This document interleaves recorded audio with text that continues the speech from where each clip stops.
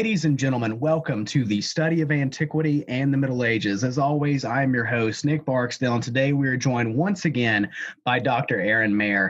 Many of you are going to be familiar with his work on the Philistines and the interviews he's done on the channel. I am very excited to say that this next series is going to deal with a subject that many of you have requested, and that is ancient Israel and the Israelites. Dr. Aren Maeir, thank you so much for coming on today. It's my pleasure, like always. Another subject that I really enjoy, and that is religion and violence. And there's a lot of scholarship done. It's really fascinating, regardless of what culture, regardless of the people. And the Old Testament, in many ways, depicts a world of religious harmony that in many ways erupts into religious violence or military violence combined with religion. And I was wondering, how common was religious violence in ancient Israel? And how divided was Israel on the subject of religion, if we even know?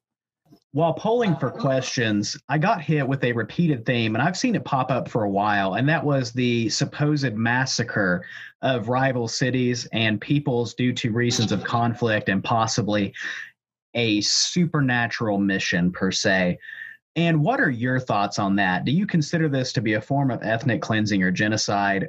Was this practice uncommon or was it normal? And I'd like to follow up before you answer and point out that, in my opinion, realistically, I feel like it was normal. I don't feel like if it occurred, I don't feel like it was abnormal. Anyone who's familiar with the Assyrian Empire and their art relating to the military knows that those guys knew how to wage a terrifying form of warfare. And so whenever I've heard people point out genocide and antiquity, I'm always really cautious with that because I'm like, we have our modern conception of genocide, and then you have ancient warfare, which if we were to go back and look at it today, it's going to look very similar to what we saw in the 20th century, but to them, it wasn't atrocity and it was very normal. And if they didn't do it, someone would have done it to them.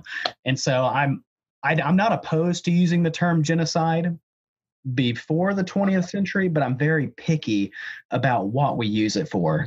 Well, I think you have to remember that antiquity was a violent place. And although the effectivity of weapons was not as it was today, but violence was there all the time. And, there are studies that talk about how that even if you take into account the millions that were killed in the last 100 years in world wars and all, etc., the world has become a less violent place over the centuries. And there's no question that violence was rife in any society wherever you go. And if you could kill your enemy, you kill them. It's bottom line. And I think a lot of that's depicted in the biblical text about religious-related violence is either religious justification of things that occurred due to military conflict, or ideological wishes that this is what will happen to my enemy, or I kill my enemy and I do a horrible thing, so I have to justify it, with some religious story. But I think one of the things is that if you remember when just a few years ago when ISIS started executing people left and right, in the most horrendous manners, and to our modern perceptions of what's fair play in war and what do you do with prisoners, etc. It was so, jarring, but they were just doing what people did 3,000 years ago, 2,000 years ago, 1,000 years ago. It's just, it wasn't, we didn't have television coverage of it then. And I think a lot of the way we try to understand the past is either, on the one hand, turn them into these perfect people who lived this perfect life, they had these perfect ideals, etc. Or on the other hand, they were these horrible barbarians who did ethnic cleansing. They were people who were living very complex, difficult lives, and they had to fight for their survival, and they fought tooth and nail, and sometimes in what we would consider very, very atrocious manners. And that was life, I think in general, there's this inclination to sort of see the past either as very rosy or very horrible. And it was a combination of all of it at the same time. So, I know I made a comment about the paleo diet in one of the previous things, and a lot of people got mad about that. So I think that's part of it. Painting this rosy picture, which is very often based on your ideology and interpreting the past, is problematic. There's this great poem, which was turned into a book. The past is a foreign country. They do things differently.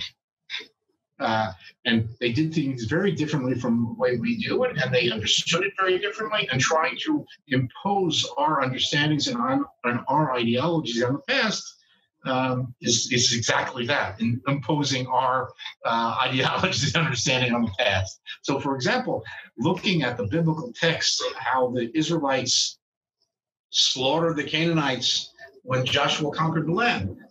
First of all, did that conquest even occur? If some of it occurred, what happened? And what is it saying that the Israelites want to ethnically cleanse their enemies? Perhaps it's a reaction to someone who did that to them. Who knows? But just to say simplistically, and make your comparisons between the biblical text there and modern day events today, it's mixing between things that shouldn't be mixed. Yeah.